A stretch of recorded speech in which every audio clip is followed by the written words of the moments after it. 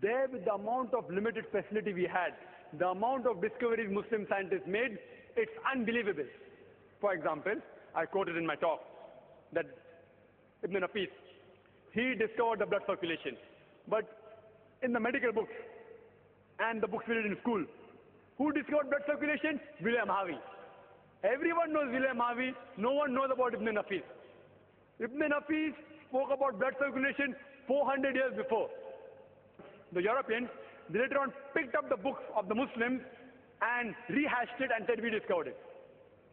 See, if you see the discovery that Muslims have made. For example, if you know Al-Idrisi, in 1154, he drew the first map of Mediterranean, the geography of the world. First. Mathematics. Muslims were far advanced in mathematics. We introduced the decimal point. Do you know what we call the digits 1, 2, 3? It's called as Arabic numerals. The other ones are called as Roman numerals. Why it's called Arabic numerals? Because the Arabs were the one who discovered it. The decimal point as Arabic numerals. The person who first proved the Pythagorean theorem, he was Al-Abtusi. We know about the Pythagorean theorem, but we don't know about Al-Abtusi. He said that the square of the hypotenuse was equal to the sum of the opposite two sides of the triangle.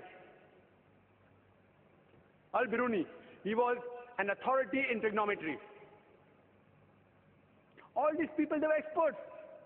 If you know of Al-Kindi, Al-Kindi, he was a philosopher, a mathematician, and astronomer. When great scientists like Galileo, Newton, etc., they said that all physical laws were absolute, he said that all physical laws are relative.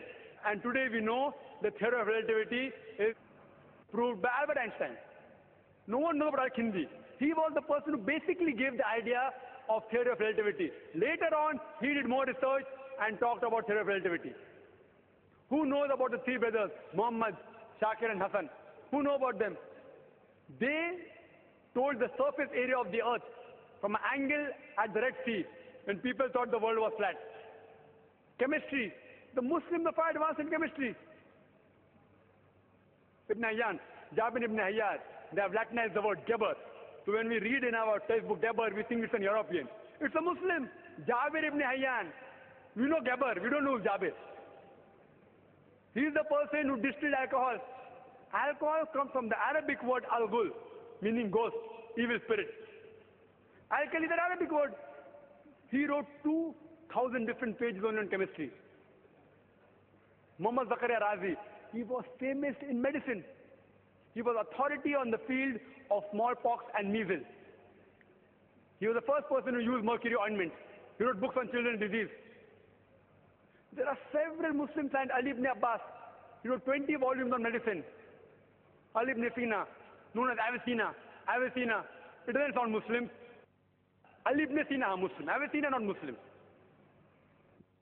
Who got the title of Aristotle of the East. He wrote the book Qanun, which was referred as a textbook of medicine till as late as 17th century. Who knows Ibn Zuhur? He was the person after Alexander who did research on parasitology. He described the H. mite, the pericarditis, he described the otitis media, he did tracheostomy. Several medical doctors, Al-Zaharwi. Al-Zaharwi was a famous dentist as well as surgeon as well as obstetrician. He invented several instruments of surgery, gynecology, as well as dentistry. We all of us know the other thing, but the media is in the hands of the Westerners. The Muslims are far advanced.